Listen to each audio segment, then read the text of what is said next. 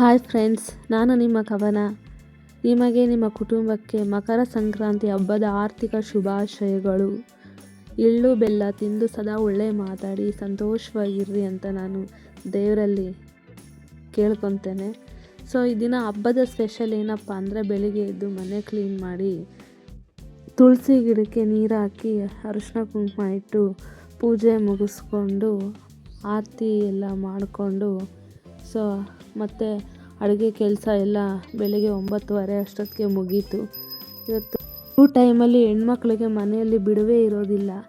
ಆದರೂ ಸಹ ಎಲ್ಲದಕ್ಕಿಂತ ಖುಷಿಯಾಗಿ ಅವ್ರು ರೆಡಿ ಆಗೋದಿದೆಯಲ್ಲ, ಅದೊಂದು ಹೆಣ್ಮಕ್ಳಿಗೆ ತುಂಬ ಖುಷಿ ವಿಚಾರ. ಈ ದಿನ ನಾನು ಲಂಗ ಓಣಿ ಹಾಕ್ಕೊಂಡಿದ್ದೀನಿ. ಇದು ನನ್ನ ಔಟ್ಫಿಟ್ ಇವತ್ತು.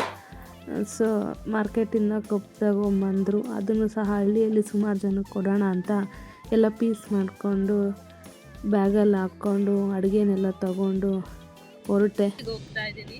ನಮ್ಮ ಹೊಲದಲ್ಲೇ ಅವರೆಕಾಳು ಗೆಣಸು ಬೇಯಿಸೋಣ ಅಂತ, ಅದಕ್ಕೆ ಹಳ್ಳಿಯಲ್ಲಿ ಹಬ್ಬ ಈ ದಿನ ಆಚರಣೆ ಮಾಡೋಣ ಅಂತ ಹೋಗ್ತಾ ಇದ್ದೀನಿ ಫ್ರೆಂಡ್ಸ್.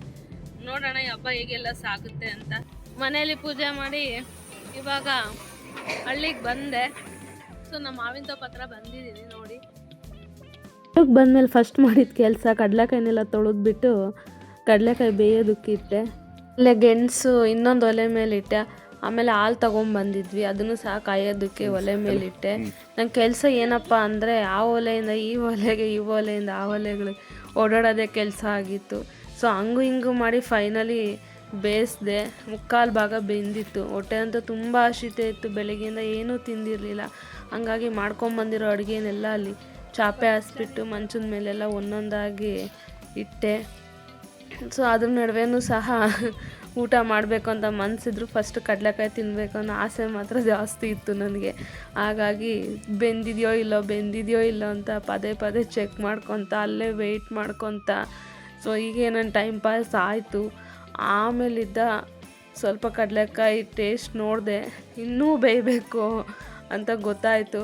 ಆಮೇಲೆ ಇನ್ನೇನು ಮಾಡೋದು, ಆಮೇಲೆ ದೊಡ್ಡ ದೊಡ್ಡ ಕಟ್ಗೆಗಳನ್ನೆಲ್ಲ ಹಾಯ್ಕೊಂಬಂದು ನಮ್ಮ ಅಪ್ಪನೂ ಕೊಟ್ಟೆ. ನಮ್ಮಪ್ಪ ಕಟ್ ಮಾಡಿ ಒಂದೊಂದಾಗಿ ಇಟ್ಟರು. ಸದ್ಯ ಅಂತೂ ಇಂತೂ ಬೇಯಿತು ಕಡಲೆಕಾಯಿ. ಹಾಲೇನೋ ಚೆನ್ನಾಗಿ ಕಾದಿದ್ವು. ಆಮೇಲೆ ಗೆಣಸೂ ಸಹ ಇನ್ನೊಂದು 20% ಬೇಯಬೇಕಾಗಿತ್ತು. ಒಲೆ ಎಲ್ಲ ಊದ್ಕೊತ ಅದನ್ನು ಬೇಯಿಸ್ಕೊತ ನಿಜ ಟೈಮ್ ಹೋಗಿದ್ದೇ ಗೊತ್ತಾಗಿಲ್ಲ. ನನಗಂತೂ ತುಂಬ ಖುಷಿ ಆಯಿತು. ಹೊಲ್ದಲ್ಲಿ ಹಬ್ಬ ಮಾಡೋದು ಇಷ್ಟೊಂದು ಖುಷಿ ತರುತ್ತಾ ಅಂತ.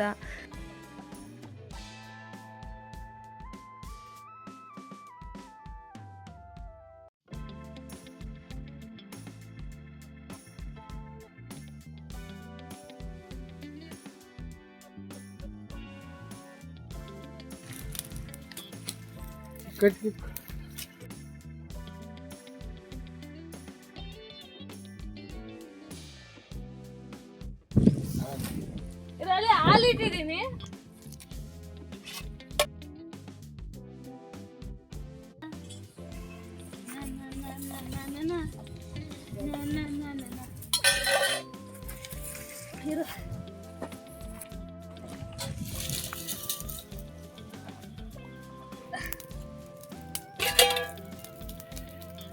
ಕುಂಬಳಕಾಯಿ ಪಾಯಸ,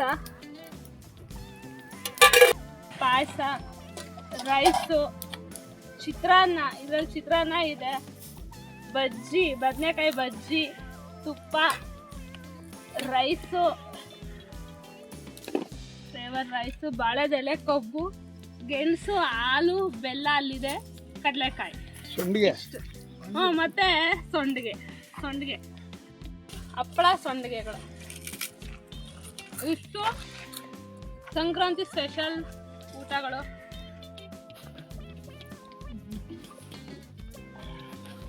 ಜಮೀನ್ ಹತ್ರನೇ ರೋಡ್ ಇರೋದ್ರಿಂದ ದಾರಿಯಲ್ಲಿ ಹೋಗೋದನ್ನ ಸುಮಾರು ಜನನ ಊಟಕ್ಕೆ ಕರೆದೆ. ಮತ್ತು ಬಂದು ಸ್ವಲ್ಪ ಜನ ಊಟ ಮಾಡಿಕೊಂಡು ಹೋದರು. ಆಮೇಲೆ ಊಟ ಮುಗಿಸಿ ನನ್ನ ಮನೆಗೆ ಬಂದೆ. ಇದು ನನ್ನ ಹಳ್ಳಿಯಲ್ಲಿರುವಂಥ ನನ್ನ ಸ್ವಂತ ಮನೆ. ಸೊ ನಾನು ಹುಟ್ಟಿದಂಥ ಮನೆ, ನಾನು ಆಡಿದಂಥ ಮನೆ, ನಾನು ಬೆಳೆದಂಥ ಮನೆ. ಇದ್ರ ಬಗ್ಗೆ ಹೇಳ್ಬೇಕಂದ್ರೆ ಕಣ್ಣಲ್ಲಿ ನೀರೇ ಬರುತ್ತೆ. ಅಷ್ಟು ಪ್ರೀತಿ ಇದೆ, ಅಷ್ಟು ನೋವಿದೆ ಈ ಮನೆಯಲ್ಲಿ. ಸೊ ಇದ್ರ ಮನೆ ಟೂರ್ನ ನಾನು ಇನ್ನೊಂದು ಸರಿ ವೀಡಿಯೋದಲ್ಲಿ ಅಪ್ಲೋಡ್ ಮಾಡ್ತೀನಿ. ಸೊ ಸೊ ಇದಾಗಿತ್ತು ನನ್ನ ಸಂಕ್ರಾಂತಿ ಹಬ್ಬ. ವಿಡಿಯೋ ಇಷ್ಟ ಆದರೆ ಪ್ಲೀಸ್ ಲೈಕ್ ಮಾಡಿ, ಶೇರ್ ಮಾಡಿ, ಕಮೆಂಟ್ ಮಾಡಿ. Thank you. ಬಾಯ್.